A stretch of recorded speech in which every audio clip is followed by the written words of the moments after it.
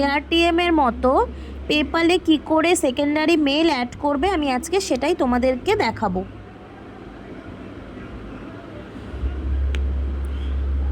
যাদের অ্যাপস আছে তারা অ্যাপস থেকে করে নেবে। আমার যেহেতু অ্যাপস নেই, আমি অ্যাপস ইউজ করি না, তাই আমি গুগল ক্রোম থেকে পেপ্যালটা লগ ইন করবো।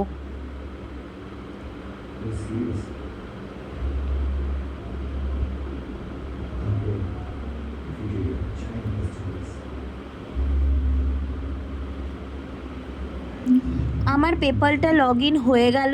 এবার দেখো ডান দিকে 3টে স্লিপার লাইন আছে, ওটায় যাবে।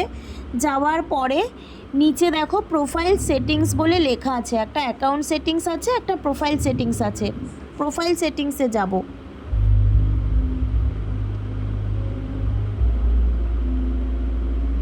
প্রোফাইল সেটিংসে গেলে আমার এরকম একটা পেজ আসবে। আমার ইমেল অ্যাড্রেস মিউট করা, ফোন নাম্বার, পাসওয়ার্ড, এই রকম একটা পেজ আসবে। সেখান থেকে তোমরা ইমেলের নিচে যে আপডেট লেখা আছে সেই আপডেটে ক্লিক করবে। আপডেটে ক্লিক করলে দেখো ইমেল অ্যাড্রেস আর পাশে লেখা আছে অ্যাড নিউ। অ্যাড নিউতে ক্লিক করবে। তোমরা যে মেল আইডিটা দিতে চাও সেই মেল আইডিটা দিয়ে এখানে অ্যাডে ক্লিক করবে। ক্লিক করলে দেখবে তোমাদের যে মেল আইডিটা অ্যাড করেছো সেই মেল আইডিতে একটা মেল যাবে, কনফার্মের মেল, সেটা কনফার্ম করবে। করলেই তোমার হয়ে যাবে। এখানে 2 দিন আগে 9খানা ছিল, মানে তুমি you can add up to 9 more, কিন্তু এখন দেখছি এখানে 6 করে দিয়েছে।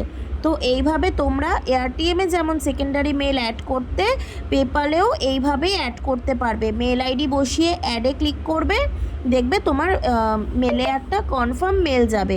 সেখান থেকে তুমি ওটাকে কনফার্ম করে নেবে, ঠিক আছে।